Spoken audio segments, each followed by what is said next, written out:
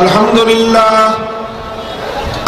لله نحمده ونستعينه ونستغفره ونؤمن به ونتوكل عليه ونشهد أن لا إله إلا الله وحده لا شريك له ونشهد أن سيدنا ومولانا محمدا عبده ورسوله صلى الله تعالى عليه وعلى آله وأصحابه وبارك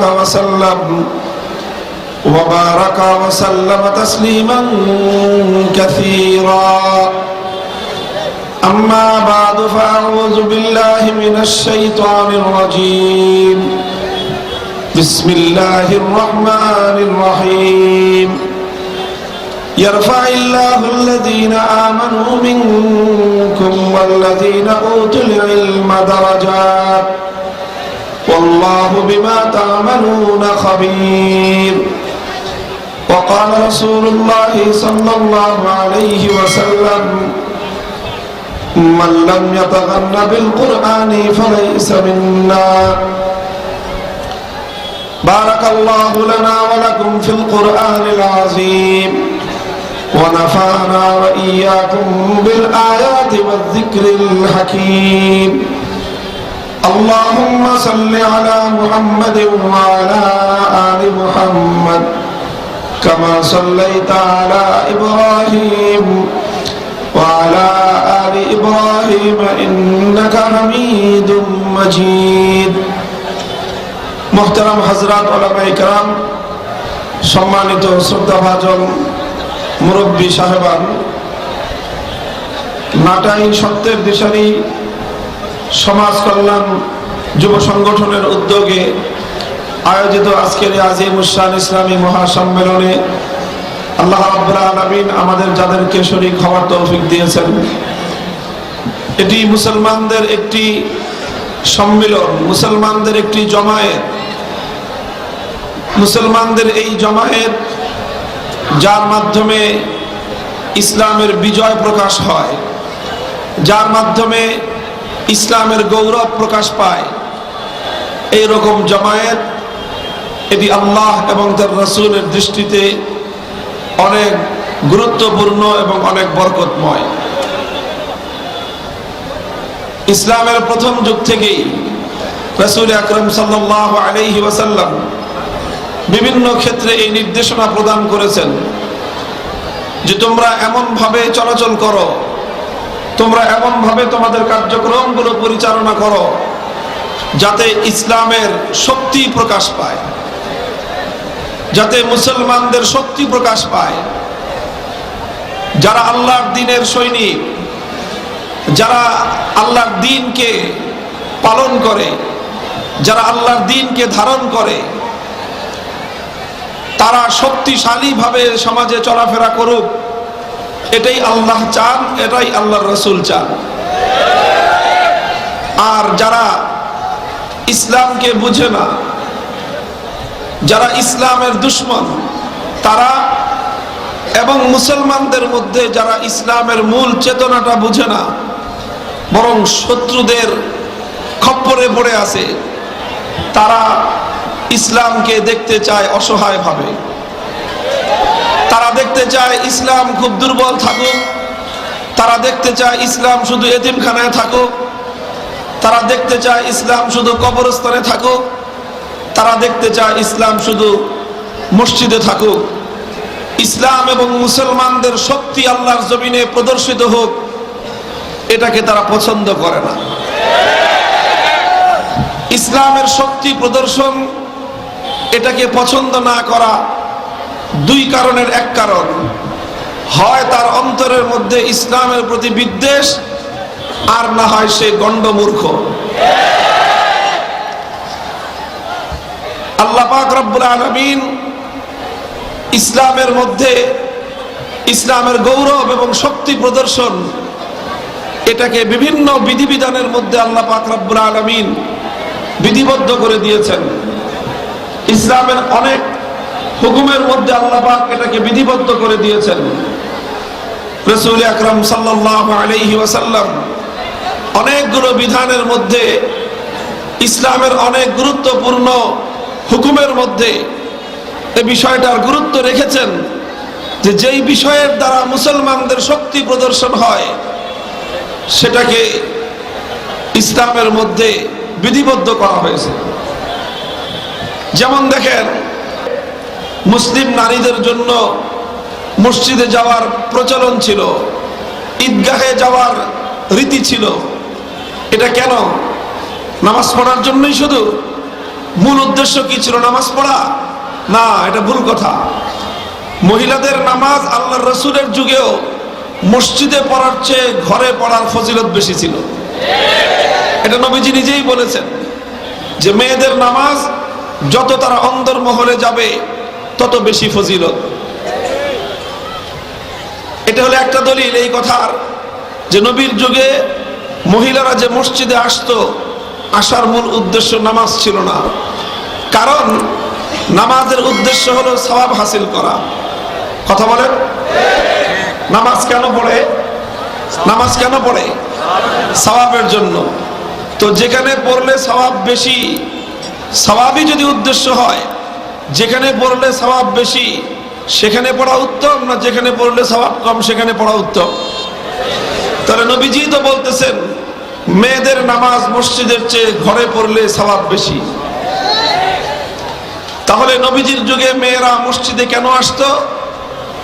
নবীজির যুগে মহিলারা মসজিদে আসতো দ্বীন শিক্ষা গ্রহণ করতে। আল্লাহর নবীর যুগে নবীর মসজিদ ছাড়া আর কোথাও দ্বীনি শিক্ষার ব্যবস্থা ছিল না। এই জন্য নবীজি দ্বীন শেখাতেন। দ্বীন শিক্ষা করা পুরুষদের যেমন প্রয়োজন, নারীদের প্রয়োজন আছে না নাই? আছে। এই জন্য দ্বীন শিক্ষা করাটাই ছিল তাদের মসজিদে আসার মূল উদ্দেশ্য। এরপরে ঈদগাহে মেয়েদের আসাটা, এটাও মূলত ঈদের নামাজ পড়ার জন্য না, বরং কেন ঈদগাহে ওই যুগে মেয়েদের আসার বিধান ছিল এজন্য যে তখন মুসলমানদের সংখ্যা কম ছিল।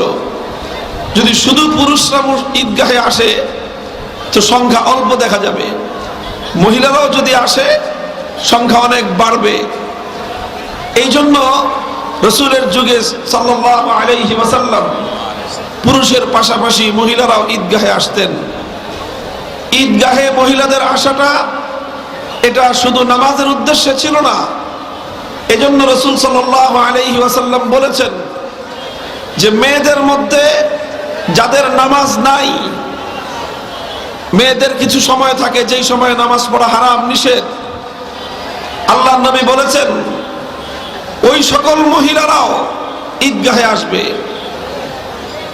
তো যাদের নামাজ পড়া নিষেধ, হারাম, তারা ঈদগাহে কি জন্য আসবে? নামাজ পড়তে?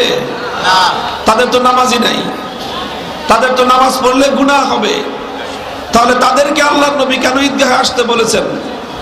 নবীজি এজন্যই বলেছেন যে সবাই যদি আসে মুসলমানদের জামাত বড় দেখা যাবে, শত্রুরা ভয় পাবে যে মুসলমানরা দুর্বল নাই, এদেরকে এখন হুমকি দিয়ে ধমকি দিয়ে কথা বলে লাভ নাই। তাহলে দেখেন ঈদগাহে সকলকে আল্লাহর নবী এনেছেন কেন? মুসলমানদের শক্তি দেখানোর জন্য। এরপরে দেখেন নবীজি যখন হজ করতে গেলেন, আল্লাহর নবী হিজরতের পরে একবারই হজ করেছেন। কয়বার? হজ্জাতুল ওয়াদা। নবীজি যখন হজ করতে এলেন, মক্কার কাফেররা তারা ওত পেতে বসে থাকলো। এটা হজের না, উমরাতুল কাজা। রাসূল সাল্লাল্লাহু আলাইহি ওয়াসাল্লাম যখন ৭ম হিজরিতে উমরা করতে এলেন, উমরা ৬ষ্ঠ হিজরিতে নবীজির সাথে মক্কার কুরাইশদের সুলহ হলো, সন্ধি হলো। সন্ধির ভিত্তিতে আল্লাহর নবী ১ বছর পর সাহাবায়ে কেরামকে নিয়ে উমরা করতে এলেন। নবীজি যখন উমরা করতে আসতেছেন, মক্কার কাফেররা সব দল বেঁধে বাইতুল্লাহ শরীফের পাশে কুআইকিয়ান নামক একটা পাহাড় আছে, সেই পাহাড়ে গিয়ে ওরা সব দল বেঁধে জমা হয়ে থাকলো, আর একজন আরেকজনকে বলতে আরম্ভ করলো, দেখবা এখন ওই যে মদিনা শরীফ থেকে কিছু মানুষ আসবে, ওরা না খেয়ে না পরে আর মদিনার পরিবেশের কারণে সব মরাইটে হয়ে রয়েছে, দুর্বল হয়ে আছে। কাফেররা মুসলমানদের সম্পর্কে কি মনে করলো? যে মুসলমানরা সব দুর্বল, মুসলমানরা সব একেবারে অসুস্থ, দুর্বল, এইরকম তারা মনে করলো। সংবাদটা জিবরিল আলাইহিস সালাতু ওয়াস সালাম ওহীর মাধ্যমে আল্লাহর নবীকে অবহিত করলেন, ইয়া রাসূলুল্লাহ, আপনাদের দুশমনরা কিন্তু আপনাদেরকে নিয়ে হাসি ঠাট্টা করতেছে, উপহাস করতেছে, যে ওই দেখবা মোল্লারা আসতেছে সব দুর্বল, মোল্লারা আসতেছে সব একেবারে অসুস্থ, অকেজো, এটা কিন্তু ওরা বলা বলি করতেছে। রাসূল আকরাম সাল্লাল্লাহু আলাইহি ওয়াসাল্লাম সাহাবায়ে কেরামকে নির্দেশ দিলেন, তোমরা যখন বাইতুল্লাহ শরীফে তাওয়াফ করবে তখন তোমরা রমল করবে। রমল, তাওয়াফের মধ্যে রমল করা সুন্নাত। রমলের অর্থ কি জানেন? রমলের অর্থ হলো বুক ফুলিয়ে হাঁটা, বীর দর্পে হাঁটা। এমন ভাবে হাঁটবেন আপনার হাঁটার ভাবসাব দেখেই যেন মনে করে যে ওর সামনে গিয়ে ঝগড়াঝাটি করে লাভ নাই, ও যেরকম ভাবে ভাবসাব নিয়ে হাঁটতেছে নাকশা ফাটায় দিবে আমার। এটা রমল। কিয়ামত পর্যন্ত উম্মতে মুহাম্মাদিয়ার জন্য হজ এবং উমরার মধ্যে রমল করা সুন্নাত। রমল মানে হলো বীরত্ব দেখানো, রমল মানে হলো শক্তির প্রদর্শনী করা। রমলের অর্থ হলো আমরা ভীরু কাপুরুষ নই, এই কথা শত্রু দলকে জানিয়ে দেওয়া। মুহতারাম হাজিরিন, অনেকে আমাদের দেশের প্রচলিত ওয়াজ মাহফিল গুলোকে বলে যে এগুলো বেকার। আমি বলি না, ওয়াজ মাহফিল গুলোতে আর কিছু হোক বা না হোক, এক একটা ওয়াজ মাহফিল এক একটা এলাকায় ইসলাম এবং মুসলমানদের শক্তির প্রদর্শনী। এলাকায়, দেশে, জাতির মধ্যে ইসলাম বিরোধী যে কোনো কার্যকলাপ হয়, সমাজে যে সমস্ত অন্যায় এবং অবিচার দেখা দেয়, সমাজে যে সমস্ত জুলুম, অত্যাচার, বেইনসাফি হয়, এক একটা ওয়াজ মাহফিল থেকে সেই অনাচারের বিরুদ্ধে, সেই অত্যাচারের বিরুদ্ধে, সে বৈষম্যের বিরুদ্ধে, সে অন্যায়ের বিরুদ্ধে কথা হয়। যারা ওয়াজ মাহফিলগুলোর আয়োজন করে তারা সংঘবদ্ধ হয়ে অন্যায়ের বিরুদ্ধে, সন্ত্রাসের বিরুদ্ধে, মাদকের বিরুদ্ধে, নানা সামাজিক এবং অন্যান্য অন্যায় অপকর্মের বিরুদ্ধে তারা এলাকার মধ্যে একটা শক্তি সঞ্চয় করে। আমি কি বলতেছিলাম? আমার মূল পয়েন্ট হলো কথার মধ্যে, আল্লাহ এবং তার রাসূল চান ইমানদাররা শক্তিশালী ভাবে সমাজে চলাফেরা করুক। আমি যতগুলো প্রমাণ দিলাম, এই প্রমাণগুলো যদি কারোর জন্য যথেষ্ট না হয়, তাহলে আমি সরাসরি রাসূল আকরাম সাল্লাল্লাহু আলাইহি ওয়াসাল্লামের একটি হাদিসের উদ্ধৃতি দিচ্ছি। আল্লাহর নবী বলেছেন, আল মুমিনুল কাবিয়্যু খায়রুম মিনাল মুমিনিদ দাঈফ। মুসলমানেরা ইসলামের পক্ষের শক্তি, মোল্লারা মাথায় টুপি দিয়ে সমাজে তারা শক্তি প্রদর্শন করুক, এটা তারা চায় না।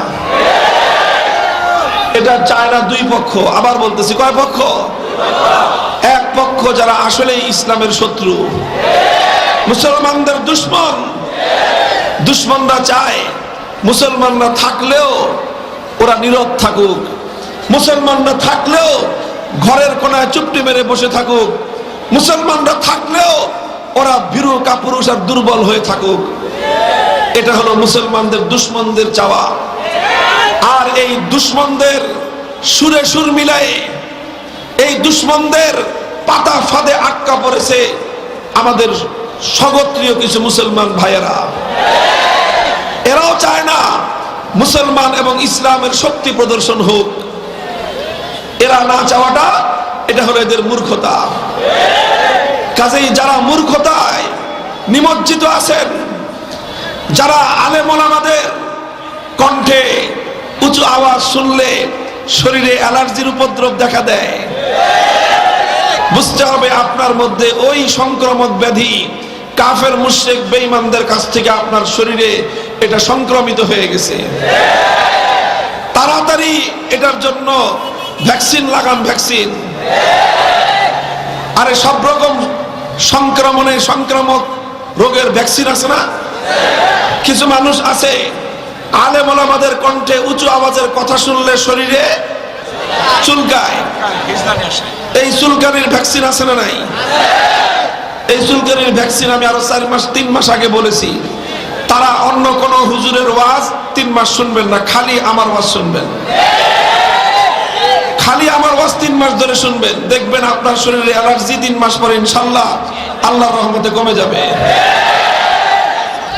অ্যালার্জি চুলকানি ভালো হয়ে গেলে তারপরে সমস্ত আমাদের নসিহতের কথা, আমলের কথা, ইমানের কথা, আখিরাতের কথা, মরণের কথা, ওগুলো সব শুনবেন। আর 3 মাস পর্যন্ত খালি ভ্যাকসিন। আমি এবং যে সমস্ত হুজুররা উঁচু কণ্ঠে কথা বলে ওই সমস্ত আমাদের কথা শুনবেন। 3 মাস শুনলে দেখবেন ইনশাআল্লাহ ওই শয়তানও দূর হয়ে গেছে আপনার কাঁধের উপর থেকে, আর শরীরের অ্যালার্জিও কি হয়ে যাবে? ভালো হয়ে যাবে ইনশাআল্লাহ। তারা উলামায়ে কেরামকে দুর্বল অবস্থায় দেখতে চায়। তারা আলেমদের কণ্ঠে শুধুমাত্র নম নম কথা শুনতে চায়। তারা উলামায়ে কেরামের কাছ থেকে শুধুমাত্র নম্র সুরের কথা শুনতে চায়। উলামায়ে কেরামের কণ্ঠের উচ্চ স্বর শুনলে ওদের শরীরে অ্যালার্জির চুলকানি হয়। এটা ঈমানের সঙ্গে সাংঘর্ষিক। এটা তোমার ঈমানের দুর্বলতার লক্ষণ। আমাদের রাসূল সাল্লাল্লাহু আলাইহি ওয়াসাল্লাম, আল্লাহর নবী কিভাবে কথা বলতেন, কিভাবে নবীজি ভাষণ দিতেন, কিভাবে আল্লাহর নবী উম্মতের সামনে বয়ান করতেন। আল্লাহর নবীর বয়ান এবং ভাষণ 2 রকম হতো। কয় রকম? কখনো কখনো হতো নম্র কণ্ঠে, জারাফাত মিনহাল উয়ুন ওয়া ওয়াজিলাত মিনহাল কুলুব। নবীজির সেই কথাগুলোতে চোখ দিয়ে গড়িয়ে অশ্রু ঝরতো। সেই কথাগুলোতে পাথরের মতো কষ্ট, শক্ত হৃদয়টা মোমের মতো বিগলিত হয়ে যেত। এটা হতো কখনো কখনো আল্লাহর নবীর ওয়াজ। আবার কখনো কখনো নবীজির বয়ান সম্পূর্ণ উল্টা হতো।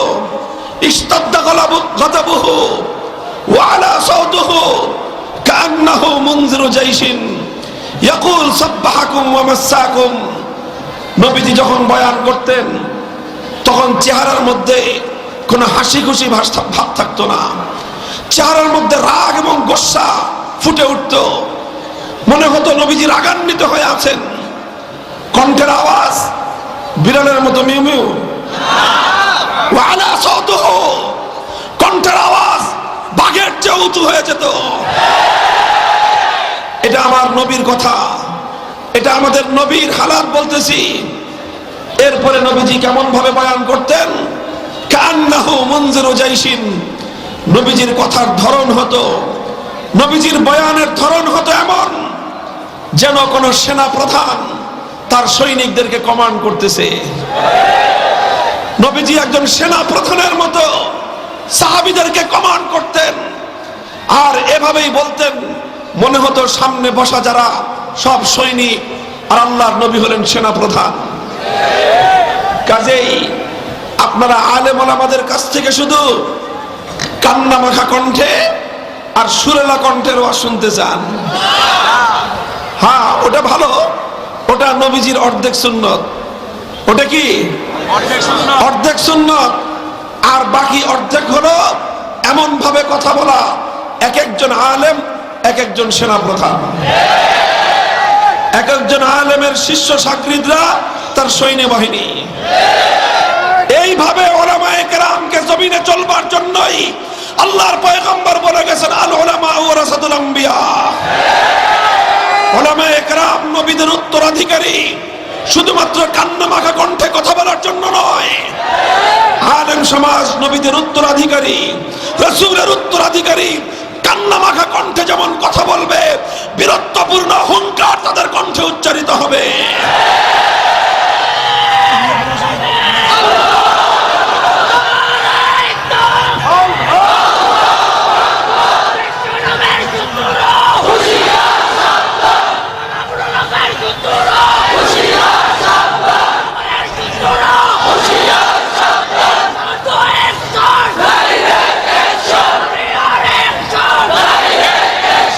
মুহতারাম হাজিরিন, কথা লম্বা করা যাবে না। আমি অত্যন্ত গুরুত্বপূর্ণ একটা কথা আপনাদেরকে বললাম, লক্ষ্য করে দেখবেন এই সমাজের রঙে রঙে এই জাহেলিয়াত বাসা বেঁধে আছে। সমাজে তারা উলামায়ে কেরামকে, ইসলামের যারা মুখপাত্র তাদেরকে তারা মনে করে হুজুরদের কাজ হলো শুধু ঝাড়ফুঁক করা। তারা মনে করে হুজুরদের কাজ হলো শুধু পরাপানি দেওয়া। তারা মনে করে হুজুরদের কাজ হলো শুধু খতম পড়া। তারা মনে করে হুজুরদের কাজ হলো শুধু মিলাদ পড়া। তারা মনে করে হুজুরদের কাজ হলো বিয়ের সময় খুতবা দিয়ে বিয়ে পড়ানো। তারা মনে করে হুজুরদের কাজ হলো তালাক হয়ে গেলে শুধু মাসলা দেওয়া।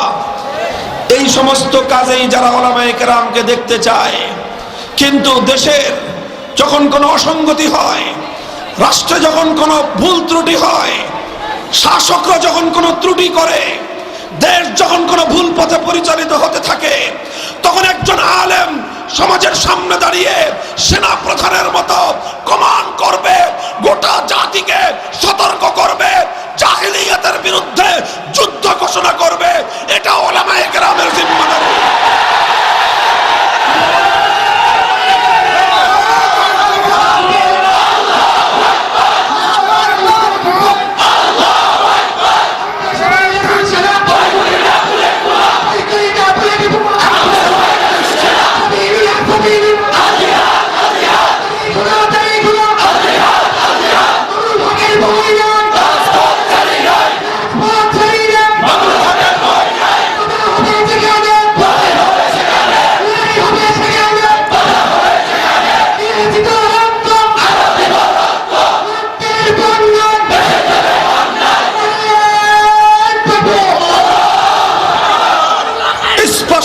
স্পষ্ট পরিষ্কার যে সকল অসঙ্গতি সমাজে আমরা দেখব, সমাজে যতগুলো অসঙ্গতি আমাদের দৃষ্টিতে আসবে, সেই অসঙ্গতিগুলোর বিরুদ্ধে সোচ্চার কণ্ঠে আওয়াজ উচ্চারণ করা আলেমদের দায়িত্ব। উলামায়ে কেরাম সে দায়িত্ব পালন করবেন। কারো কাছে ভালো লাগলেও করবেন, কারো কাছে খারাপ লাগলেও করবেন। সেই জায়গা থেকে বলছি, দীর্ঘদিন ধরে ইসলাম ধর্মের নামে সরল প্রাণ মুসলমানদের সঙ্গে প্রতারণা করতেছে কাদিয়ানি বেঈমানের দল। এরা ভণ্ড প্রতারকের দল। এই প্রতারণা পৃথিবীর কোন সভ্য সমাজে গ্রহণযোগ্য হতে পারে না। আচ্ছা বলেন দেখি, মনে করেন আপনি আপনার ঘরে একটা ফ্যাক্টরি দিলেন, চকলেট বানানোর ফ্যাক্টরি। আপনি চকলেট বানান, চকলেট বানায় বানায় ওটার উপরে আপনি লেবেল লাগালেন। লেবেলের মধ্যে সুন্দর করে নাবিস্কো কোম্পানির লোগো লাগায় দিলেন। লোগো লাগায় দিয়ে এখন আপনি ধুমসে দোকানে দোকানে গিয়ে বলতেছেন এই যে নাবিস্কো কোম্পানির চকলেট রাখবেন। দোকানদাররা নাবিস্কো কোম্পানির নাম দেখে ধুমায় আপনার কাছ থেকে চকলেট কিনতেছে। আপনার অখ্যাত কোম্পানির চকলেট নাবিস্কো কোম্পানির লেবেল লাগায় ধুমায় বিক্রি করতেছেন। সংবাদটা যখন নাবিস্কো কোম্পানি জানলো, আপনাকে নিয়ে ফুলের মালা দিবে যে তুই বেটা আমাদের কোম্পানির নাম খুব ছড়াইতেছ, এটা করবে? আপনাকে বলবে কি ব্যাপার, আপনি আমাদের কোম্পানির নামে ধোঁকাবাজি কেন করতেছেন, বন্ধ করেন। যদি আপনি বন্ধ না করেন, কোম্পানি কি আপনার নামে মামলা দিবে, প্রতারণার মামলা, ধোঁকাবাজির মামলা, যে আমাদের কোম্পানির নাম ব্যবহার করে সেই ব্যক্তি তার নিজস্ব প্রোডাক্ট মার্কেটে বিক্রি করতেছে। মামলা হওয়ার পর পুলিশ আপনাকে এসে সালাম জানাবে, খালি অ্যারেস্ট করবে। ধরে নিয়ে আদালতে সুপর্দ করবে। আদালতে সুপর্দ করার পর আদালত আপনার এই প্রতারণার কথা শোনার পর, জানার পর, প্রমাণ পাওয়ার পর আপনাকে লাল গালিচার সংবর্ধনা দিবে না লাল দালানে পাঠাবে? কথা বলেন কেন? কারণ আপনি নাবিস্কো কোম্পানি না, আপনি নাবিস্কো কোম্পানির প্রোডাক্ট তৈরি করছেন না, আপনি আরেক মাল তৈরি করে নাবিস্কো কোম্পানির নামে আপনি বাজারজাত করতেছেন। এটা ধোঁকাবাজি, এটা প্রতারণা। পৃথিবীর যে কোনো সভ্য সমাজে যেখানে আইন আছে, আদালত আছে, যেখানে সমাজ আছে, রাষ্ট্র আছে, এমন কোন জায়গায় এই ধোঁকাবাজি আর প্রতারণা চলতে পারে না। 1 টাকার চকলেটের ব্যাপারে যেটা নাবিস্কোর না, সেটা যদি নাবিস্কো কোম্পানির নামে চালানো হয় তাহলে তার বিরুদ্ধে আইনানুগ ব্যবস্থা হয়। দুর্ভাগ্যজনকভাবে হে 16 কোটি মুসলমানের বাংলাদেশের তৌহিদি জনতা, শত শত বছর পর্যন্ত তোমাদের পূর্বপুরুষরা চোখের অশ্রু, মাথার ঘাম, বুকের তাজা রক্ত দিয়ে এই দেশটাকে মুক্ত স্বাধীন করেছে।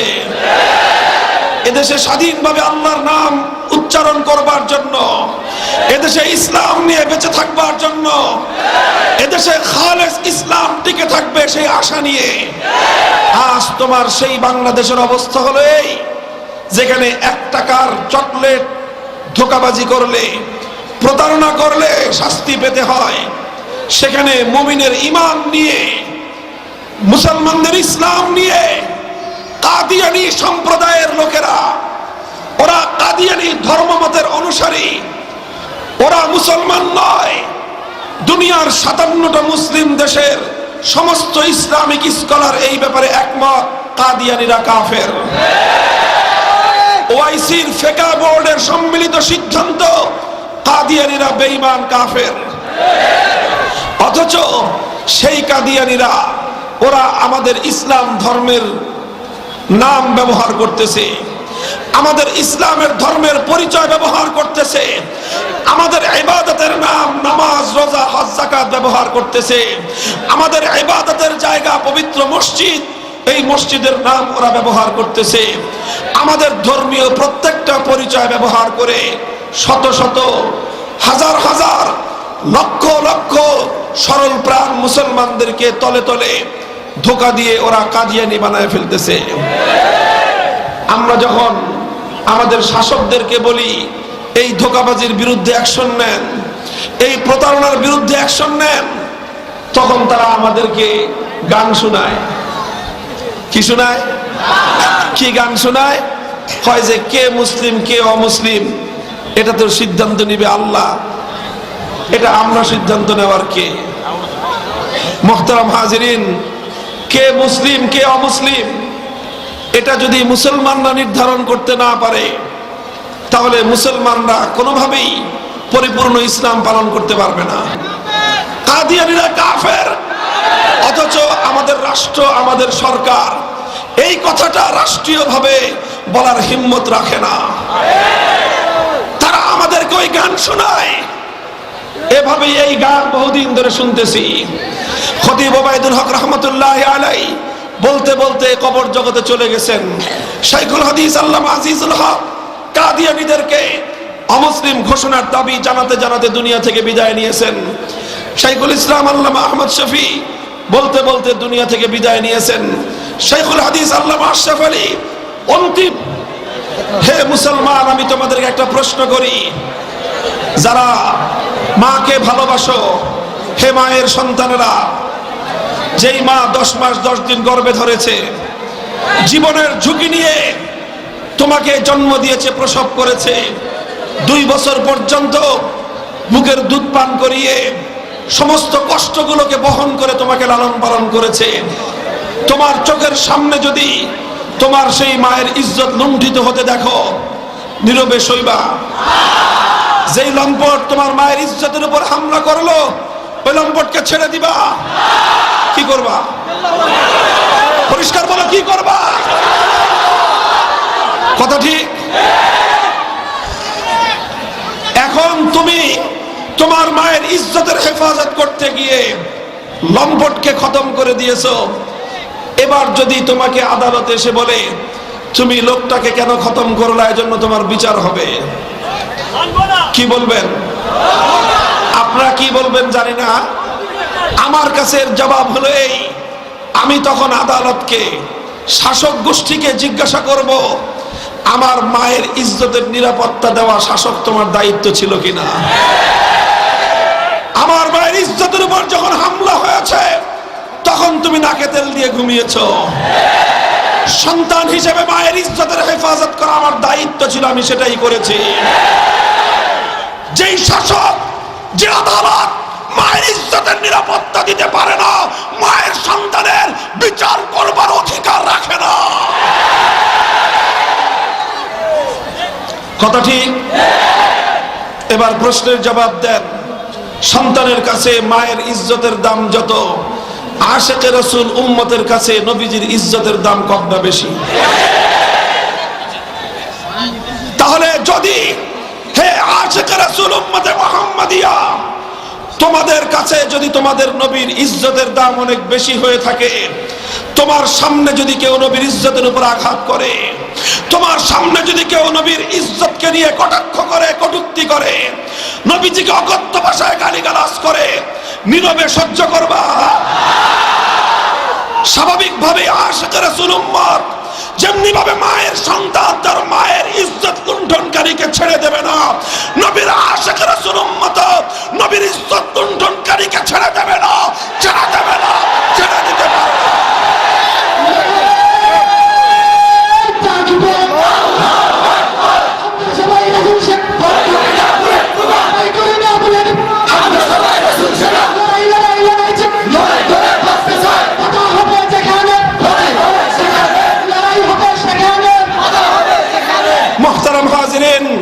সুতরাং যখন নবীর উপর কটাক্ষ করা হবে, কেউ গালি দিবে, তার শাস্তি ইসলামী ইতিহাসের 1400 বছরের সকল মুসলমানদের ঐক্যমতের সিদ্ধান্ত হলো, ওর শাস্তি হলো মৃত্যুদণ্ড।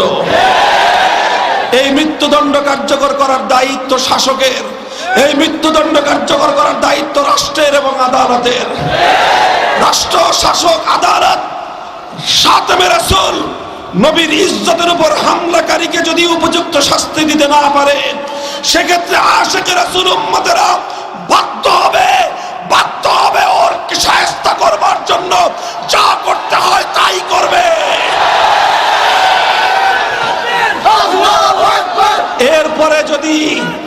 এরপরে যদি শাসক আর আদালত নবীর আশিকে রাসূল উম্মতের বিচার করতে আসে, তখন তাদেরকেও আমাদের স্পষ্ট পয়গাম, হে মুসলমানদের শাসক, মুসলমানদের আদালত, আল্লাহর নবীর ইজ্জতের নিরাপত্তা দেওয়া ছিল তোমার জিম্মাদারি আর দায়িত্ব। তুমি সে দায়িত্ব পালন করো নাই। সুতরাং কোন নবীর আশিকে রাসূল উম্মতের বিচার করবার অধিকার তোমার থাকতে পারে না। 2013 সাল থেকে আমরা বলছি, নবীর দুশমনদের বিরুদ্ধে, নবীজিকে কটাক্ষকারীর বিরুদ্ধে সর্বোচ্চ শাস্তির বিধান, মৃত্যুদণ্ডের আইন চাই। শাইখুল ইসলাম আহমদ শফি বলে গেছেন, তোমরা কথা শুনো নাই, এবার আল্লামা জুনায়েদ বাবুনগরীর সামনে থেকে আওয়াজ তুলবেন, এই আওয়াজে টেকনাফ থেকে তেতুলিয়া আবার উদ্বেলিত হবে, আবার লক্ষ জনতা রাজপথে নামবে। নবীর দুশমনদের সর্বোচ্চ শাস্তির বিধান, মৃত্যুদণ্ডের আইন, এটা আদায় করেই ছাড়া হবে, আদায় করেই ছাড়া হবে ইনশাআল্লাহ।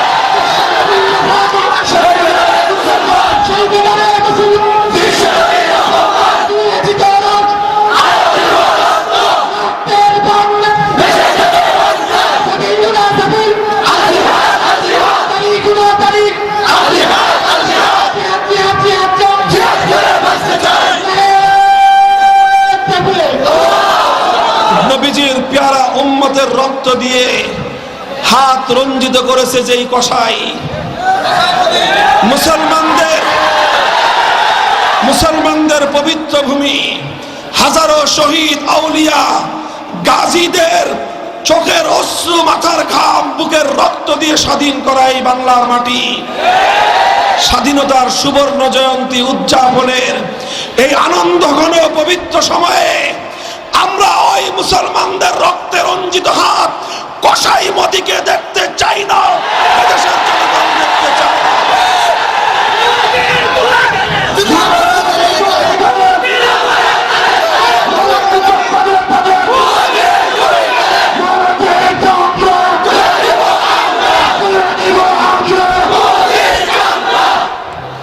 রাষ্ট্র এবং সরকার দেশের জনগণের ভাষা বুঝবে, এটাই আমাদের প্রত্যাশা। এভাবেই যদি জনগণের হৃদয়ের ভাষা, হৃদয়ের কথা একে একে যদি উপেক্ষা করতে থাকেন, এই জনগণ যখন বাঁধ ভেঙে দিবে, বাঁধ ভাঙ্গা জোয়ারের স্রোত যেমন রুখে দেওয়ার সাধ্য কারো হয় না, জনতার এই বাঁধ ভাঙ্গা জোয়ারের স্রোত রুখে দেওয়ার সাধ্য কোনো বাহিনীর হবে না, কারো হবে না ইনশাআল্লাহ। প্রস্তুতি গ্রহণ করুন। টেকনাফ থেকে তেতুলিয়া এক নতুন আজানের পদধ্বনি শোনা যাচ্ছে, নতুন এক আজানের আওয়াজ শোনা যাচ্ছে, এক নতুন বেলালের কণ্ঠস্বরের আওয়াজ শোনা যাচ্ছে। বাংলার টেকনাফ থেকে তেতুলিয়া ইসলামী বিপ্লবের জন্য এই জমিন উত্তাল হয়ে উঠছে। আগামী দিনে দেশে ইসলামকে বিরুদ্ধাচরণ করে ইসলামের বিপক্ষে অবস্থান নিয়ে বাংলাদেশের ক্ষমতার মসনদে কাউকে থাকতে দেওয়া হবে না ইনশাআল্লাহ। প্রস্তুত আছেন তো ইনশাআল্লাহ? ওলামায়ে কেরাম যখন ডাকবে সাড়া দিবেন তো? আলেম ওলামাদের সাথে থাকবেন তো? ওলামা বিদ্বেষী যারা, যেই কোনো দল হোক, যেই কোনো নেতা হোক, যারা আলেমদের বিপক্ষে, ইসলামের বিপক্ষে মাঠে আপনাদেরকে ডাক দিবে, সেই দল, সেই নেতাকে 14 তালাক। কথা পরিষ্কার? ইসলামের ব্যাপারে, ঈমানের ব্যাপারে কোনো আপোষ নাই। রাজনীতির জায়গায় রাজনীতির দাম বেশি না ঈমানের দাম বেশি? সুতরাং হে মুসলমান, নেতার কথা ফলো করতে গিয়ে আলেম ওলামাদেরকে শত্রু বানাবো না। আল্লাহ পাক রব্বুল আলামিন তোমাদেরকে হেফাজত করেন, এই জাতিকে হেফাজত করেন। বাংলাদেশের যুব জনতা, যুব প্রজন্ম যেভাবে ইসলামের দিশামুক্তি করার জন্য প্রস্তুত হচ্ছে, আমি স্বপ্ন দেখছি আগামী দিন বাংলাদেশে কালেমার পতাকা উঠবে ইনশাআল্লাহ। আল্লাহ পাক রব্বুল আলামিন কবুল করুন, তৌফিক দান করুন। ওয়া আখিরু দাওয়ানা আলহামদুলিল্লাহি রাব্বিল আলামিন। আসসালামু আলাইকুম ওয়া রাহমাতুল্লাহ।